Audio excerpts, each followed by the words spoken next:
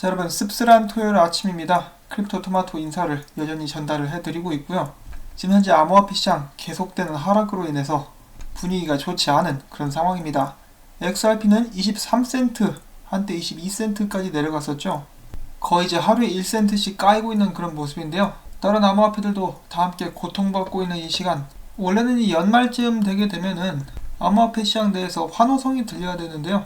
작년부터는 비명이 들려오고 있습니다. 정말 안타까운데 그럼에도 불구하고 오늘 소식들은 계속 나갑니다. 자, 첫 번째 소식으로는 어제 나왔었던 악성 기사, 이 메사리 창업자가 리플사를 다시 한번 공격하는 그런 모습을 보여줬었는데요. 리플사의 리플웍스가 조세 회피 수단으로 이용되고 있다, 리플사가 기부를 안 하고 있다라면서 비방을 했었습니다. 그런데 이 기사가 나오자마자 또 바로 크리스 랄슨이 바로 잡았는데요. 어떤 이야기를 했느냐, 이 메사리 리포트에는 몇몇 잘못된 사실들이 기록되어 있다. 리플웍스는 2,500만 달러와 많은 사회적 투자의 지원을 받았었다. 2017년 당시 XRP 가격이 올랐을 때 리플웍스를 비운영 재단으로 재규정하고 2,500만 달러와 금융 분야에 많은 지원을 받아서 세네갈, 케냐, 나이지리아, 미얀마 등 도움이 필요한 국가들에게 기부를 했었다. 2019년 회계 연도에는 그러한 변화들이 기록되게 될 것이고 앞으로 몇 주 후에 공식적으로 사람들에게 공유가 되면은 그때 확인을 해볼 수가 있을 것이다 라고 이야기를 해줍니다. 자, 이런 부분들을 바로바로 잡아주는 크리스 랄슨, 나는 불법적이거나 나쁜 행동을 하지 않았다 라고 나와서 당당하게 말하는 모습이 보기 좋습니다. 자, 그 다음에 트위터 사용자 중에 한 명이 이런 글을 남겼습니다. 지금 XRP 가격 떨어지는 것은 XRP의 가치라든지 XRP 미래의 성공을 반영하는 것이 전혀 아니다.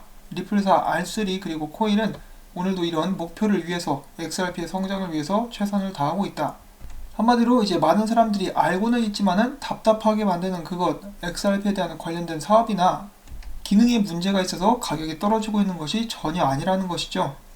일단 모든 암호화폐 시장이 비트코인을 따라다니기 때문에 비트코인의 하락에 이어서 XRP가 떨어지고 있으나 그동안에 많이 오르지 못하는 것도 사실이기 때문에 많은 사람들이 힘들어하고 있는 그런 상황이라는 것입니다. 그렇지만 그렇다라고 해서 미래가 완전히 어두울 것이다 라고 지금부터 확신을 하는 것은 오류가 될 것이라고 저는 생각을 해봅니다. 제가 리플사를 높게 평가하고 있는 이유 중에 하나는 그들의 말을 이제 잘 지킨다라는 것인데요. 물론 가끔 규제에 관련된 부분들에 대한 발전이 더뎌져 가지고 몇몇 계획들이 지연되는 모습들은 저희가 볼 수가 있었습니다. 이런 부분들은 리플사가 컨트롤할 수 있는 그런 부분들이 아니기 때문에 저도 굉장히 안타깝게 생각을 하고 있습니다만, 그리고 또한 한 가지 말씀을 드리건데 자꾸 빵형이 XRP 가격을 올릴 수 있다라고 말씀들을 하시는 분들이 계시는데 그렇게 안 됩니다. 할 수가 없어요. 지금 소송까지 걸려있는데 가격 움직임에 가담을 했다가는 정말 큰일이 날 수가 있고 실제로 그렇게 할 수 있는지도 모르겠습니다. 자, 아무튼 그 전에 이야기했던 주제로 돌아가가지고 많은 사람들이 이야기를 했었던 XRP는 절대로 쓰여지지 않을 것이다. 근데 지금 쓰여지고 있고 XRP도 출시가 되었으며 송금로들도 계속해서 늘려나가고 있는 그런 상황이죠.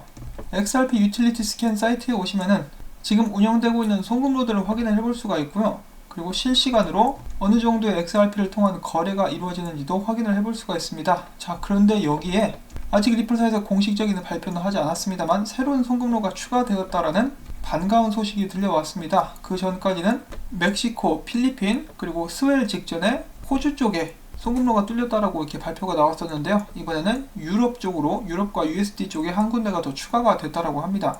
그래서 지금 송금이 이루어지고 있다라고 하는데요. 한 가지 특이한 점은 유럽 그리고 미국 달러를 옮기는데 크라켄이 사용이 되고 있어요. 비트스탬프는 원래 알고 있었던 자리이긴 한데 크라켄이 사용이 되고 있습니다. 제가 기억하기로 이 크라켄의 CEO가 리플사를 별로 좋아하지 않는 것으로 알고 있었는데 그 사이에 뭐 사업은 사업이니까 화해를 한 것일까요?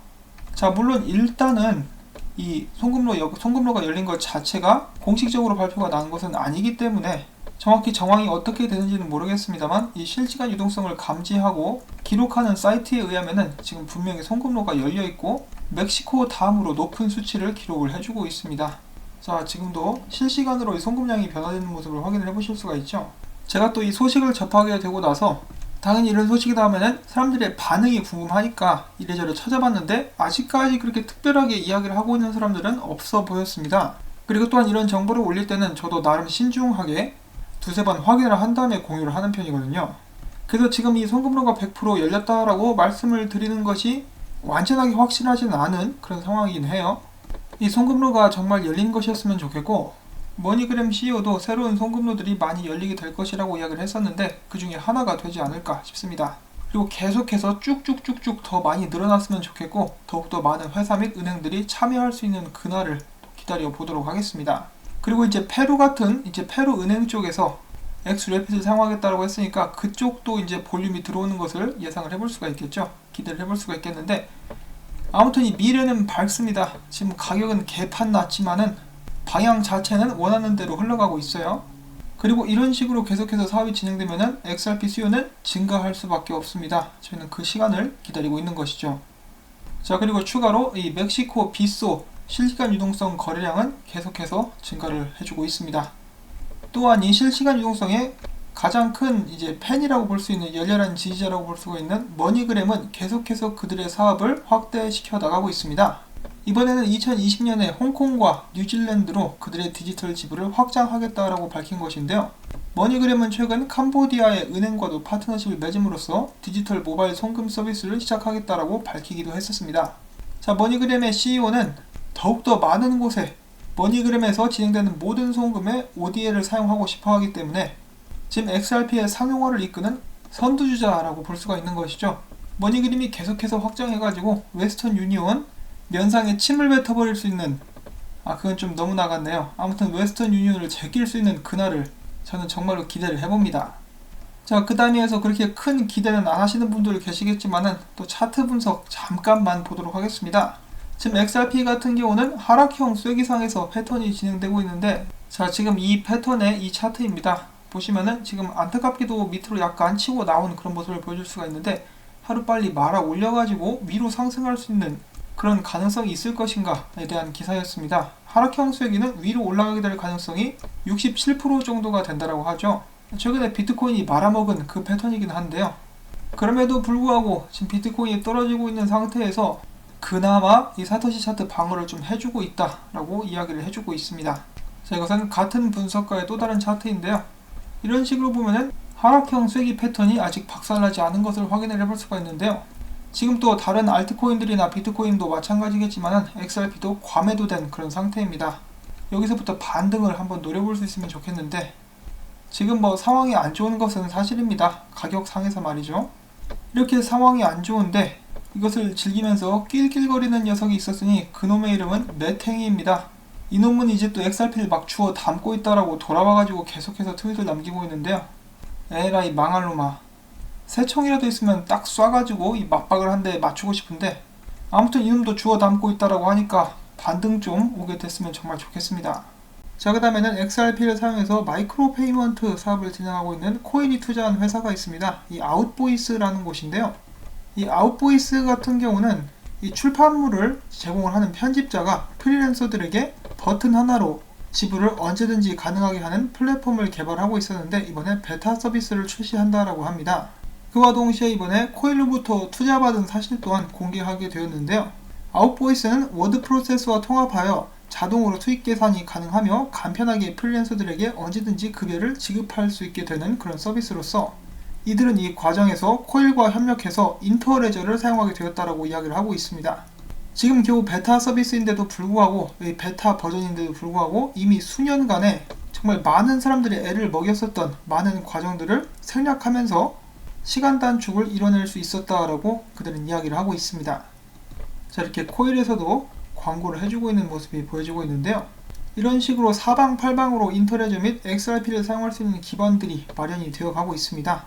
작년부터 모든 사람들을 설레게 했었던 R3 코다 쪽은 아직도 약간 조용한 그런 편인데요. 이 세틀러에서 XRP가 빨리 사용이 되어야 될 텐데, 언제쯤 R3에 속해 있는 모든 회사 및 은행들이 세틀러를 사용하게 될지 그런 부분도 이제 많이 기대가 되는데, 저야 기술 쪽에 대해서는 많이 아는 게 없어서 그런데 생각보다 상용화시키는 게 굉장히 어려운 것 같죠.